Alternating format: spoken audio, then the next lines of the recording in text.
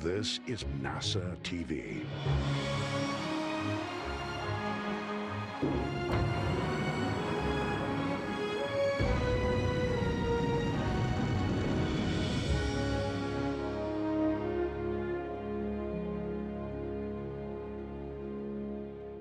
Good afternoon, everybody. Welcome to NASA's Johnson Space Center. I'm Dan Hewitt, and I am joined today by Crew 5, recently returned back to planet Earth. Just to my left, we have JAXA astronaut Koichi Wakata, recently wrapping up more than 500 days career in space. NASA astronauts Josh Cassada and Nicole Mann, and all the way in the end there, Roscosmos Cosmonaut Kikina.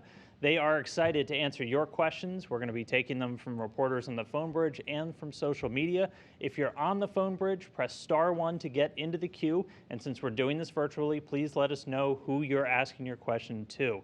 And if you're on social media, head over to Twitter and use the hashtag #AskNASA, and we'll get to as many as we can today. So we are going to jump right into questions. So off and running. We're going to start off on our phone bridge. Let's go first to Marvin Marshall with the nighttime news. Marvin?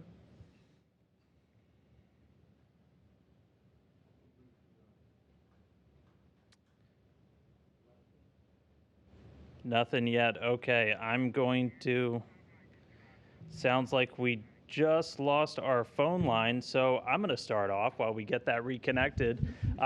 This one I'll start with Koichi. You've ridden back now in multiple different spacecraft. How did Dragon compare to some of your other re-entries back home to Earth?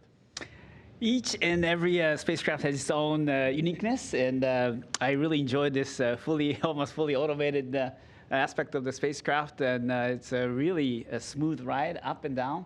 And one of the different things that I saw on the spacecraft, the Dragon, is during the re-entry, I was able to see the plasma of during the atmospheric entry. So we had like a firework, and then with the glow of the air for a long time. So I was able to enjoy the light show during the entry. It was really impressive. And then for my 3 first-time flyers, what's that one thing that really stands out in your mind that you took away from spending? You were up there 157 days. What's maybe one day that if anyone asks you, what did you do up there? What do you remember? What's the first thing that pops into your mind? Josh, we'll start with you. Boy, that is a tough one to narrow it down to one. I think the top two that immediately come to mind, one was late in the mission. I thought I was up earlier than everybody else, and I went to go use the restroom, and it turns out I was at least second because Duke was down in the cupola. And I heard her down there. She called me down, and we saw the most incredible aurora. It was absolutely breathtaking. We just went in there, and I'm sorry, it seemed a little selfish, but we just absorbed it. We didn't have the skill set yet. We hadn't consulted with Koichi about getting some photography done in that setting, but we just kind of hung out in there, and it was just so powerful. We did get some great shots the next day, but I really think that first day was just breathtaking. And then in terms of professional satisfaction, for me, it was our second spacewalk. For me and Frank, when we went out the door, when we came back in, it was just this overwhelming feeling of everybody had done their job. Duke had just done such an amazing job getting us out the door. Koichi flying me around and putting me where I needed to be to get the job done. The teams on the ground, just absolutely flawless execution. And we only could do it because everybody did their job incredibly well. And that, I wasn't expecting that kind of emotional reaction. The nice thing is tears don't run down your cheeks in space, so we just called it allergies when I was in the airlock, and we had gotten the work done, and our flight director, Zeb Scoville, got on the loops and kind of put it all in perspective. So those are the two big ones that pop out for me. All right, Nicole? Those were two big ones. I totally agree, and it's tough to choose. I think one thing that was interesting for me is towards the end of the mission, I went back and I read my journal from the beginning of the mission, like that first week. And it was so cool to remind myself of that perspective that I had those first couple days in space, that first time floating around in zero-G and seeing everybody. It's something that I don't think you take for granted, but you get used to. You get used to looking out the window and seeing our beautiful planet. You get used to just floating around and tossing an M&M, to your friends when you're eating. And so it was fun to kind of go back and reflect on what that feeling was like in the very beginning. And then when Crew 6 arrived, it was cool to see it through their eyes for that first time. You know, when you get out there and you're floating around and you're kind of unsure and you're unsteady, and to see how quickly Crew 6 was adapting, to see how quickly they were picking up on, you know, all the maintenance tasks and all the daily tasks that we were covering during handover. You can see that journey in yourself and in your crewmates, how much you change during that time and how you adapt. And it was really nice, I think, just to take a moment and to appreciate that and have that perspective. All right, now Anna, favorite memory. Ну, первое, что меня поразило и впечатлило, когда я оказалась на станции, это то, вот как только мы прошли через вестибюль и оказались в станции, что это действительно все реально. Это существует. Второе, что меня впечатлило, когда мы оказались на российском сегменте, я полностью увидела, что максимальное соответствие с макетами, на которых мы проходили подготовку. Как будто я оказалась в тренажерах. И это меня очень порадовало. Все выглядело знакомо. И Well, I will start with the first thing that really impressed and surprised me when I got onto the ISS, right when I flew through the vestibule, is that it's really real. It exists. Here it is. And the second thing is when we got to the Russian segment and I saw everything, I realized that it matches perfectly all of our mock-ups and of all of our simulators. And it was really comforting and reassuring because it was like I was seeing something that I already knew, something that was familiar. А дальше время просто за практикой. Нам очень здорово ребята предыдущие передали смену, все показали, рассказали. И мы с нашими ребятами, нашим экипажем прекрасно влились в работу. И дальше дело за малым. Просто делать от начала и до конца. И действительно, наше расписание было спланировано с самого раннего утра и до позднего вечера. Работы было очень много. Как по обслуживанию систем станции, так и всевозможные эксперименты и дополнительные работы. And then the next thing, we just had to practice. So the handover was very smooth. The previous crew really told us how to do everything, explained the ropes, showed us everything, and then we just had to dive into it and begin doing it. And we did it, and we did it well, and it was a really smooth transition. And from morning till evening, every minute of the day was planned out for us. There was a whole lot to do, including both servicing the station and performing all of the experiments. All right, thank you, Crew 5. Now, we're going to see if we've mastered this whole phone technology. We're going to give it one more shot. Let's start with Marvin Marshall with the nighttime news. Marvin? Awesome. Thank you very much, Dan. Can you guys hear me? Gotcha. Gotcha loud and clear. Awesome. Sounds good. Well, good afternoon. I'm Marvin Marshall from the Nighttime News at Space Report on Twitch TV. My question is for all of you guys here. Could each of you share a hilarious moment?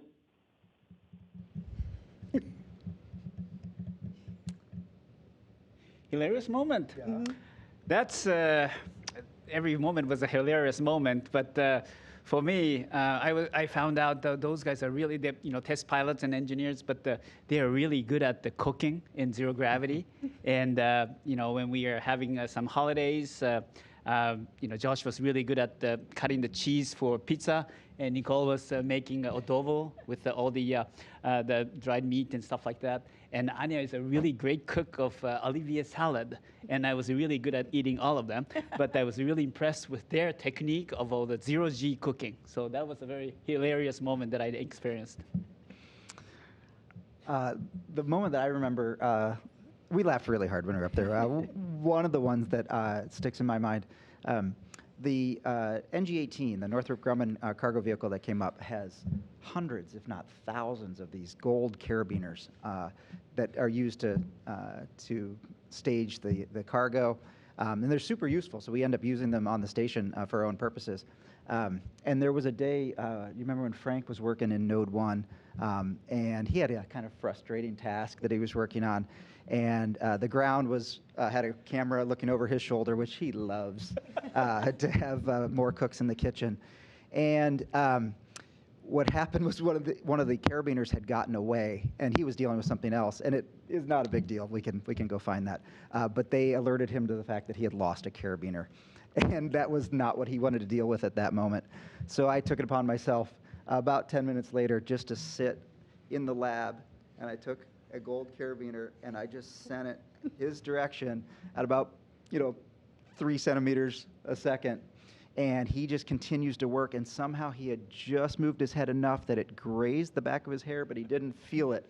And the ground lost their mind again and started yelling, and he's looking around, and I'm laughing so hard because he has no idea where it came from. And so I was the only one who knew where it was. So I grabbed it, and I showed the ground that I had solved their problem. And Frank was 0 for 2, and he couldn't explain to them that I was just messing with him. That was kind of a recurring theme, Josh messing with us when we were in space. We did laugh a lot. It's hard to choose just one, but I do remember one time we were getting ready, our suits ready for EVA, for Koichi and I to get ready to go out the door. And I had sized the suit, and I put my boots in, and I have small feet relative to the size of the EMU feet. And so I have these inserts that go inside there, but I wasn't able to push it in very good with my hand. So I was like, okay, I need to just get my foot in there to push this insert all the way into the boot, because you want it to fit properly. You don't want to deal with it day of. So I'd say, hey, this is my plan. I'm just going to, put the lower torso on, push my feet in so everything fits fine. Josh says, hey, do you need help? You good? I was like, oh, no, I got it. Like, I'm totally good. Okay, he floats away. So I'm in the airlock. I get the lower torso on. I get my feet in. I get it all situated. Hey, everything's feeling good. Perfect. And then I go, uh-oh. Like, it's really hard to get out of that lower torso, and you don't have anything to push against, and we're usually never getting out of the suit by ourselves. So I realized very quickly, I'm stuck in my pants. And Josh has already floated away. I don't see Frank. I'm like, oh, man, what am I going to do? So I poke out. Koichi's way down, other end of the lab, down in Note 2. Koichi! Koichi! I'm yelling at us loud on station. He looks, I say, I'm stuck in my pants. And I don't know if I'm speaking quickly, or maybe his, primary language is Japanese, but he's like, what? No, Koichi, I'm stuck in my pants. I need your help. And so, fortunately, he helped me get out of my pants. So, thanks. У меня был забавный случай. Я с собой в космос брала символ моего города Новосибирск, городовичок, маленький мальчик-куколка. И я их брала 3 разных. Одного я сразу забрала с собой на станцию, а 2 с корабля я сразу не забрала. Аня? I had a funny situation. When I went to space, I brought the symbol of my city, Novosibirsk. It's this little doll. Actually, I brought 3 of them. And the first one I took immediately with me to station, and the other 2 I left in the vehicle for a little bit. И после этого я вернулась в корабль искать их и не нашла. После этого я еще 2 раза в течение миссии пыталась их найти, не нашла. Я искала во всех вещах, которые у меня были вокруг моей каюты, везде, где только можно. В итоге за всю миссию, за всю нашу продолжительную миссию, я их не нашла и уже мысленно распрощалась с ними. And so I went back to the Soyuz to get the other 2, and I wanted to have them, and they weren't there. And I looked everywhere. I looked in all of my things. I looked around my crew quarter. I looked and looked and looked, and I came back several times throughout the duration of the mission, and I just couldn't find them anywhere. And mentally, I said farewell to them. Yes. And finally, и в конечном счете,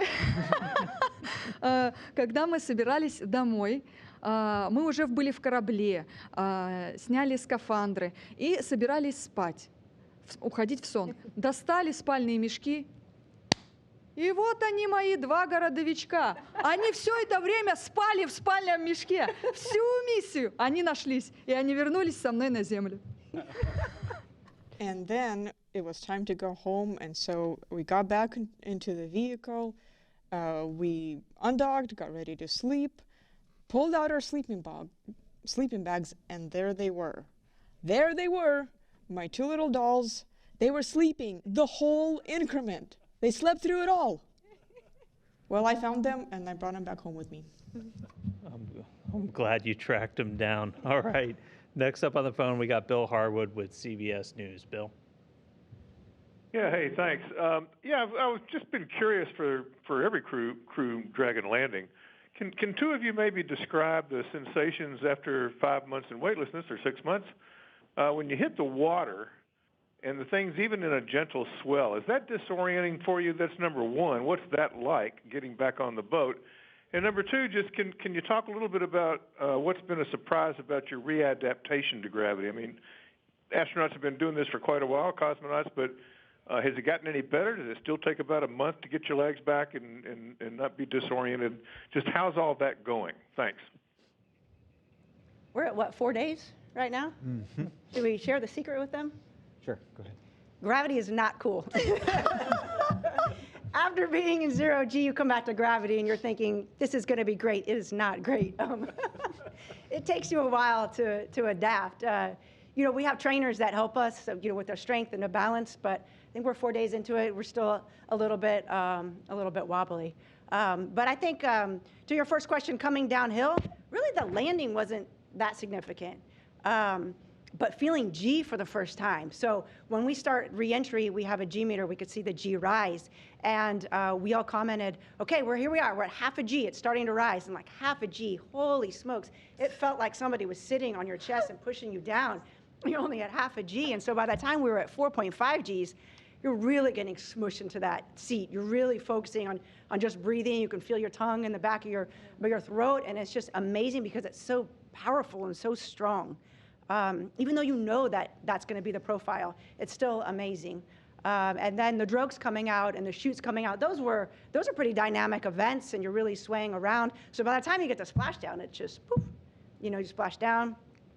We had calm seas and light winds, but you get a little bit of a Dutch roll kind of going on.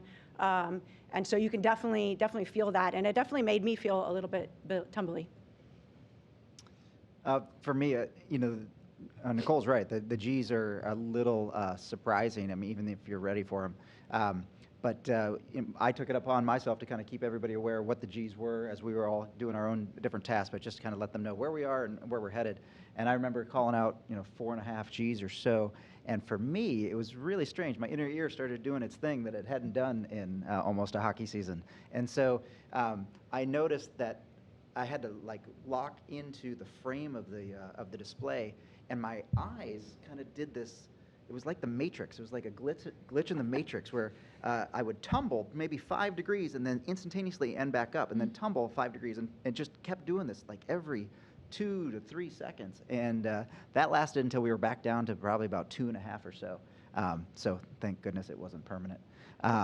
But I agreed that, you know, it felt to me, it felt very similar to what you would experience in a ride that was trying to simulate a reentry. You know, the sounds of the vehicle, I thought, well, that clearly somebody's playing an audio loop, right? This isn't actually what it sounds like, but it does. It sounds just like doing a ride at a big amusement park. At least that's what it felt like to me. All right, next up, we're going to go to Elizabeth Howell with Space.com. Liz? Hello, welcome home. This one's for Nicole. Do you mind reflecting a little bit upon your journey that brought you to be the first Native American woman in space, and how, while you were up there, you were trying to talk to various groups to inspire the next generation? Thanks. Absolutely. You know, my journey, I think, is one that kind of evolved as I grew. And so I didn't have it all figured out when I was young, and I didn't know you know, really what it meant to be an astronaut, who became an astronaut, or how that even was possible. And so it wasn't until later on in life that I really started considering that career path and looking at the different opportunities. So I think it's really important for all of us astronauts to share our journey. We all have unique journeys on how we became an astronaut. We have all unique dreams and aspirations. But the one thing that we all share in common is that we're very passionate about what our jobs were prior to becoming an astronaut. We're very passionate about the work that we do on board the International Space Station. And so that communication of our journey and our excitement and our love for what we do, I think is very important to help inspire the next generation. If a young child can look up at, you know, at the screen and see us floating and see us sharing our stories, whether you come from Russia or Japan or the North or California, wherever your background is, whatever your race, your religion, anything, you can share in that joy, and maybe you see something in that astronaut that's sharing their story, something that you connect with. And maybe that's the one thing that will help motivate a child to reach for those dreams. Maybe that's the one thing that will give them that additional discipline they need to not only establish that dream, but then go out and be successful in conquering that dream. So I think that's something that we all share in common, and it's very important. Thank you, Nicole. All right, we're going to jump over to a couple of questions from social media real quick. This first one I'm going to give to Koichi. This comes from a woo-woo. I hope I pronounced that right. We've heard food tastes different once you're in space. Is your mind flipped? Does food taste different once you come back to Earth? Actually, that's a really good question. As far as I'm concerned, I think food did not taste differently in space, in zero gravity, on my short and long flights. And this time, of course, I longed for fresh food when I came back. The food in space station is really good, but we rarely have fresh food like salad and stuff. And I was really longing for sushi, so I asked my wife to bring sushi to the crew quarters when we got back to Houston, and it was really good. So for the first time in more than 5 months, I had sushi, and it was great. And I wish in the very near future we have something like that in zero gravity in space station, and I hope it's happening. On the to-do list for the food lab. All right, this next one I'm going to give to Anna. This one's from Igor. Since returning to Earth, have you dropped anything on the ground unconsciously, thinking that it should have floated? Да, похожая ситуация была. Я подошла, если это можно так сказать, к столу взять виноградинку с тарелки. И каково было мое удивление, когда вместо одной виноградинки я стянула целую гроздь, и вместе с этой гроздью у меня рука просто упала на стол. И там уже какими-то движениями я оторвала себе эту маленькую виноградинку. Yeah, I had something similar happen. I came up to the table to grab a grape from the table. And imagine my surprise when, by grabbing one, I ended up grabbing a whole patch of grapes. And then my hand just fell onto the table instead of gently lifting everything. So then I had to work my hand up and work the one grape off the rest. And only then I was able to go free.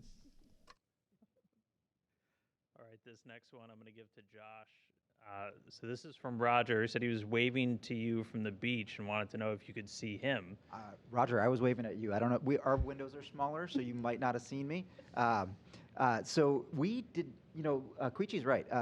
The view was incredible on the reentry of that plasma, right? That soup of ions and doing its thing. I actually thought these colors, I wasn't expecting those. I mean, we saw pink, we saw green, we saw bluish kind of at some point. It was really something. And so, Roger, I'm not sure that I actually did see you. I tried. I'm sorry. And then I'm going to send this one to Nicole. What was the most challenging aspect of living and working in space for 5 months, and how do you overcome that? Velcro. Definitely Velcro. It's your best friend and it's your worst friend all in the same day. I got to be honest. Like sometimes you just need Velcro, the good Velcro that works. When you stick something there, it actually stays, even if it gets bumped a little bit. And all Velcro is not created equal. So sometimes that Velcro is very strong and sticky when you need it to, and then other times, in station, there's areas where it's a little bit older, and so it doesn't do as good of a job. And then there's the Velcro. Anya will appreciate this with me. It grabs your hair every time you float by, so you have your hair back, and it's the strong Velcro, especially in the airlock, that gets you, and you'll be floating, and it will literally stop you, your movement, and you pull back, and you're like, oh, and your hair comes out with Velcro. So I know Josh and Koichi, I don't think you had the hair Velcro situation, but I know that you realized the look on my face that I just got Velcroed, and I think we all kind of shared that a little bit. And the station is a big place, and so it actually really helped me and Koichi keep track of where Nicole was, so we could actually just follow her path, and then she'd be whimpering a little bit at the end of that path. But yeah, we knew where you were, where you had been. All right, we're going to take a couple more from our phone line. Let's go to Marcia Smith with Space Policy Online. Marcia? Thanks so much for taking my question. I'm curious, for the three of you who have been out on spacewalks, you've had these two incidents now where the Soyuz and the Progress might have been hit by micrometeorites or space debris or something. When you go out on a spacewalk and you look back at the space station, Are you surprised to see how many things there are in it? And I mean, do you look at it and you say, oh gosh, look at all that? Or is it like, are you alarmed at how many hits there have been? How worrisome is it that there's so much debris up there? Personally, I was feeling lucky, and it worked out pretty well. We do see some evidence when we're out there, and we are trained extensively to not let the evidence, sometimes these handrails can have burrs on them, and that's a real problem if we were to cut our suit. So yeah, it definitely does happen. I certainly didn't see anything actively happen while I was out there. We've got such an amazing system, and the people running the system, that if something like that should happen, more likely than not, we would be able to get ourselves back to the airlock. The system is going to maintain the pressure unless it's something catastrophic. But that isn't happening very often. I actually saw no evidence of that while I was out there. Any big holes. So and we're trained on how to deal with that. We've got emergency procedures, just like flying in an aircraft.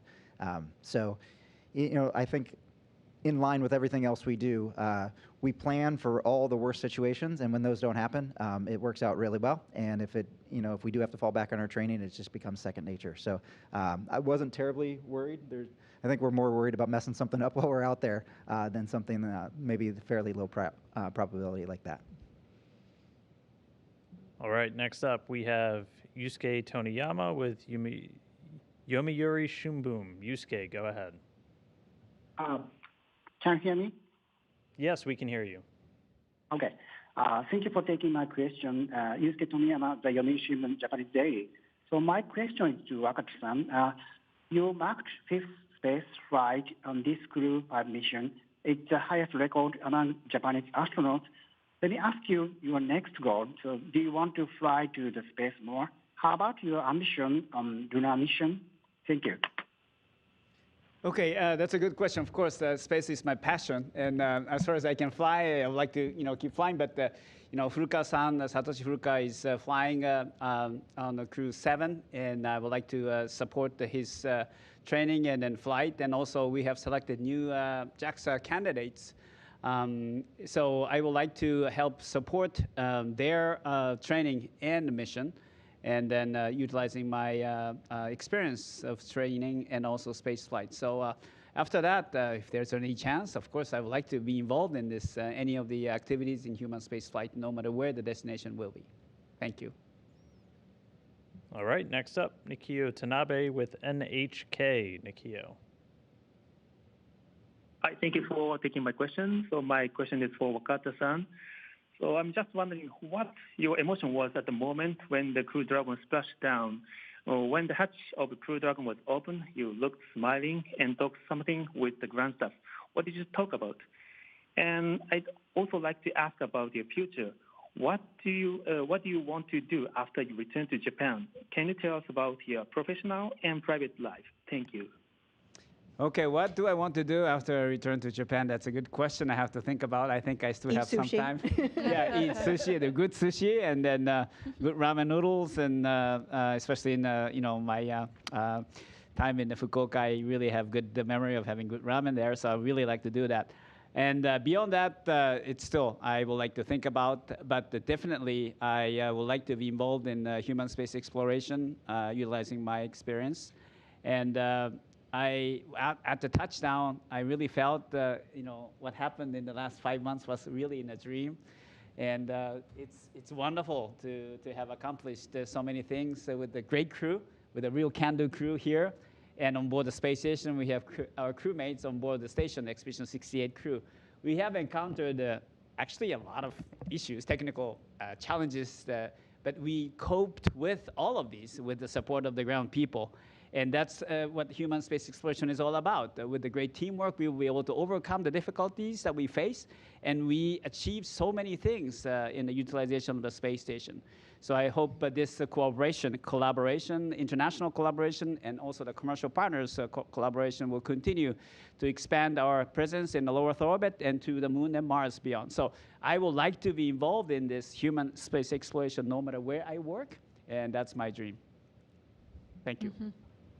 All right, looks like we're getting to a couple of follow-ups now. Let's go again to Marvin Marshall with Nighttime Space News. Marvin? Hi, thank you for taking another question. It's Marvin again here. Now, I'm curious, and this is for, Nicole or Josh and whoever wants to chime in here. How was the sleeping aboard Dragon, and where did you guys all sleep? Did you guys sleep above the display? Where was your, sleeping positions? And, I just want to apologize. My last question got cut off there. But, I really want to extend my heartfelt gratitude to NASA for allowing me this opportunity today. And welcome back to the incredible Crew 5 astronaut. Thank you again. Awesome. Thank you so much. Sleeping in Dragon was pretty comfortable. I think the going uphill, so for after launch, we had about 29 hours in Dragon before we docked to space station. We all slept in our seats. And I think I kind of, I slept, but I would always wake up at every jet firing and sometimes turn on a display just to be aware of what was going on. And it was all such a new environment. So it was a very light sleep, I would say. And then towards the end of the mission, once Crew 6 came on board, we turn over our crew quarters to the new crew. And then we're all kind of in a camp-out state. So we move and sleep in a different location. And I had the privilege of sleeping in Dragon during that time. And that was really special, very unique opportunity for me. So it was about a week. And I just slept in Dragon really underneath the seats with one bungee to keep me from floating around. You don't need the support of the seat or anything since you just float in space. But the one thing that was really a treat is that you can wake up in the morning, take the window shade off, and drink your coffee and look out the window and just marvel at our beautiful planet. Watch the sunrise, watch the sunset. That was very, very unique. And then coming back home, I slept underneath the seats again, where I had slept for the past week, and everybody else slept in their seats. Again, I think we all kind of sleep for a couple hours and then, kind of wake up, think about where we're at, what's going on, kind of double check, and then kind of go back to sleep. So I'd say in general it's comfortable, but your mind is not totally at rest because you're about to, return to the planet. So there's a lot going on up there. I don't remember the part where Anya woke up. No, that is a true statement. Yes. She's got some Professional skills. sleeper. It is incredible. I'm jealous. All right, next up, let's go to Sophie Sanchez with Cosmic Chicago. Sophie. Hi, thank you for taking my question. I wanted to talk to you guys about veggie. If I can get your experiences growing the plants on Earth, in space. I know that for the past veggie experiments, it was more to look at the tech demonstration that we could grow, how the tech and the habitats for the plants worked. But this time around for Veggie 5, you guys are supposed to be looking at the organoleptic assessment and reaction, how you guys interacted or felt growing the plants. Can you guys share a little bit about your own organoleptic assessments of growing plants in space? Thank you.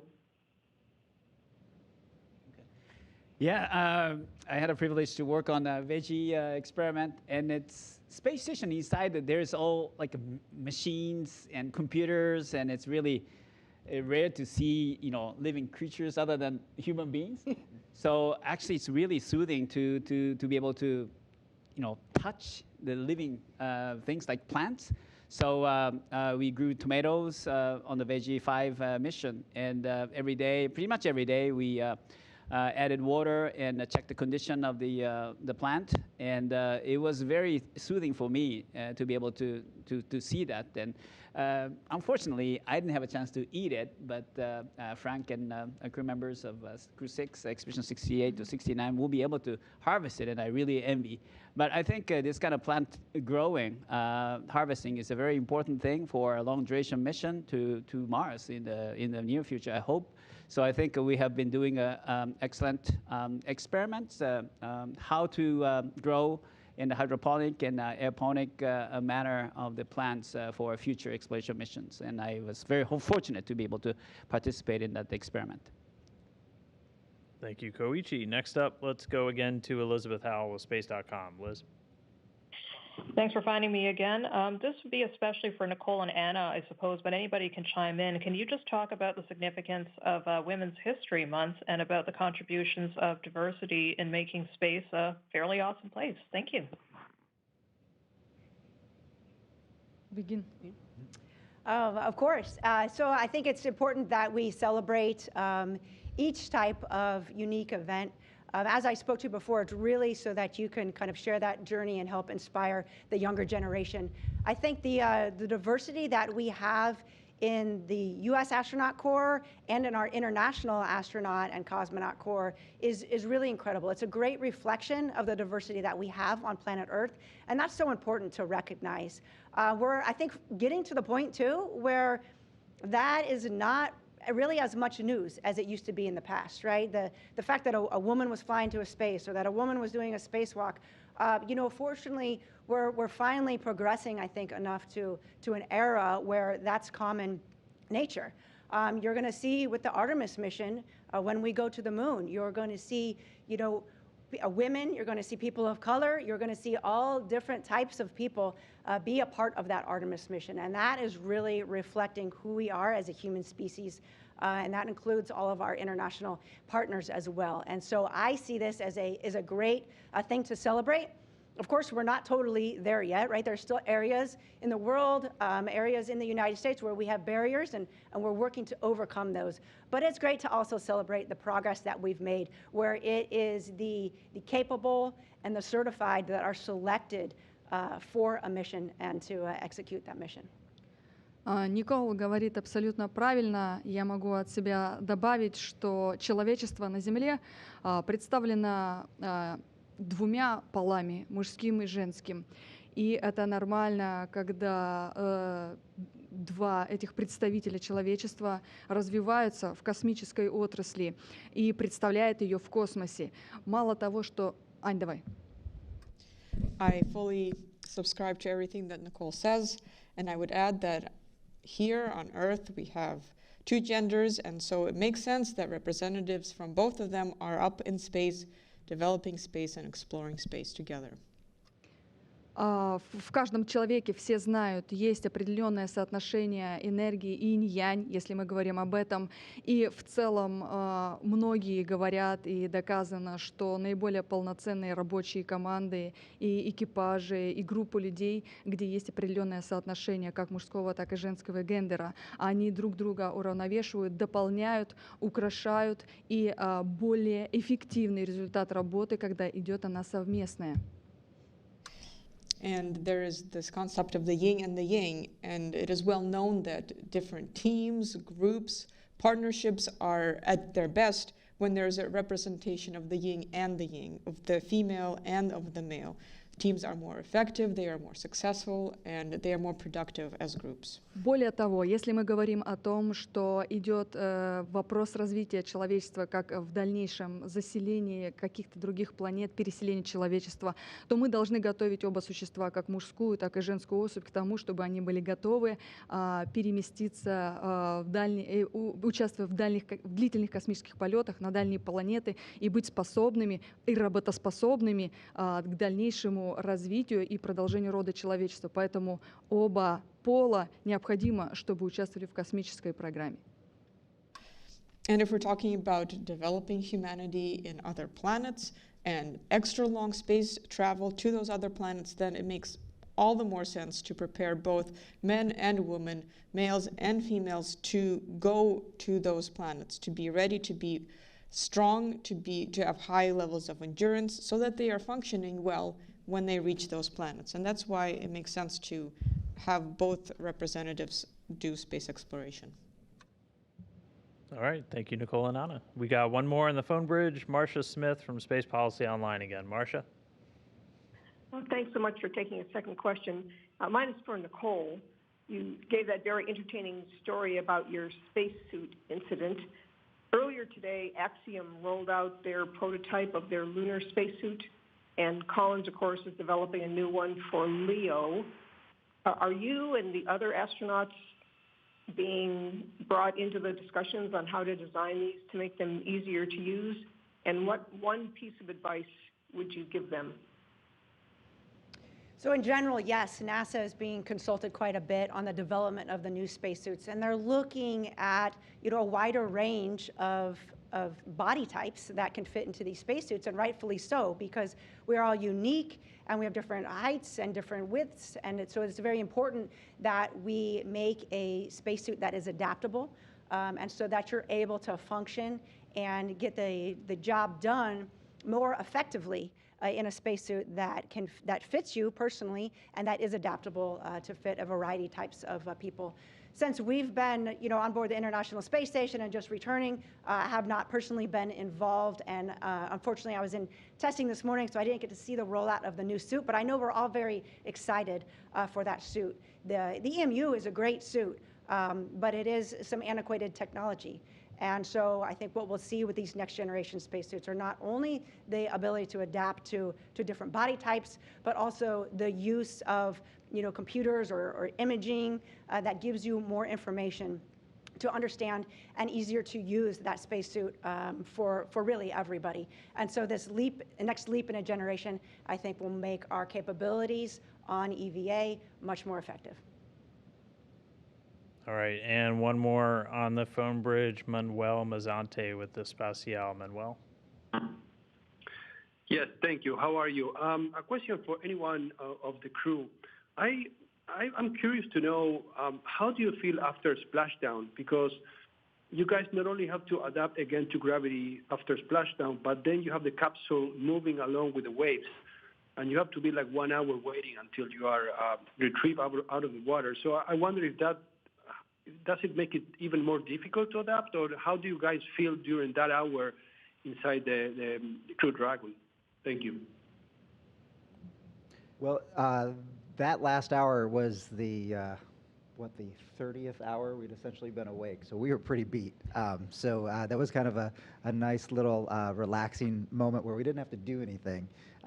So I would say that I was expecting it to be a little bit more benign in terms of the rolling waves, and I think they ended up being a little bit bigger than we had expected. But personally, I felt fine. I didn't feel sick, but I was the first one to get moved out of the Dragon. Apparently because I'm the biggest one on the crew, which just says we have a small crew if I'm the biggest guy. So we have some incredible people who are taking care of us. Most of them are former PJs from the U.S. Air Force. And so they came and moved me first, and I don't know if you guys saw it, but that was probably one of the more exciting parts of the deorbit. They moved me pretty quickly. And so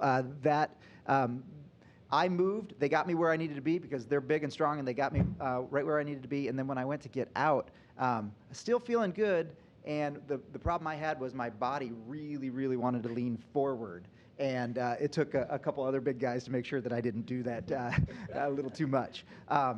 But that hour, I actually enjoyed that. It was a nice little calm respite before we got back to real civilization. All right, that's going to do it for our phone bridge. Got a couple more on social before I let you guys free. This first one's from Dane for Koichi. Where'd you get your sushi once you got back to NASA? Ooh. Actually, I have to ask my wife. Okay. It was really good. It's local in Houston. Okay, yes. Dane may or may not work for NASA, so that's probably why that one came in. And then for this one, we'll close on this one, but I'll ask each of you. So aside from splashing down, getting on the boat, what's the first thing you did once you kind of got back and you had the freedom to do whatever you want? What's the first thing you did? First thing in the spacecraft, or? No, so back on Earth. Yeah. So basically, once you got back to Houston, you had freedom to do whatever you wanted to do. What was the first thing you did?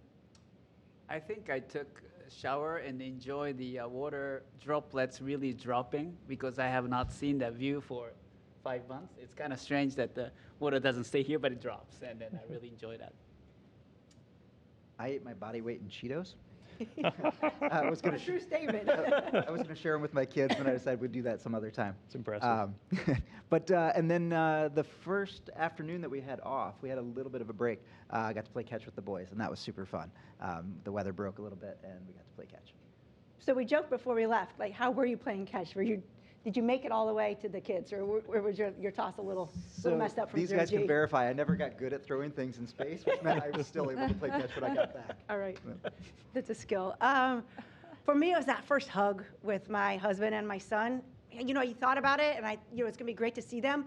But the second I got that hug, I just held on for probably way too long. I don't know. It was the greatest feeling in the world just to be connected with them in that way. You know, of course, we have pretty good connection with phone calls and some, you know, FaceTime type of audio-visual calls, but really that first hug was special, and I'll always remember that. Ну, если говорить обо мне, как только мы добрались до места, где проводится реабилитация, я тоже думала, что первое, что я захочу, это принять нормальный душ, и чтобы вода сама сливалась с волос. Но оказалось, что самым прекрасным было лежать на боку и ничего не делать. Well, if you ask me, I imagined that when I got to the place of rehabilitation, I would also enjoy that shower and just to have all that water on its own drain away from my hair. But actually, it turned out that even more than that, I enjoyed just laying on my side and not doing anything. All right. Well, that's going to do it for us. I want to thank everybody for calling in and sending your questions on social media. To Crew 5, welcome home. It's great to see your smiling faces back here on planet Earth, and it's been a pleasure to work with you over the last couple of months while you were in space. Obviously, their journey's done in space, but they've got a lot of work still to do on Earth. In fact, Josh, I don't know where your sunglasses were. I hope the lights aren't too bright. But, you know, a lot still ahead for them. But 157 days in space. They came home on Saturday. Really great to have you guys. Appreciate you coming and spending an afternoon with us. That is going to do it for us. Continue to follow all of our spaceflight action on nasa.gov and the commercial crew missions to the International Space Station. A lot more coming soon. That'll do it, though. So we'll say goodbye, good afternoon, and farewell.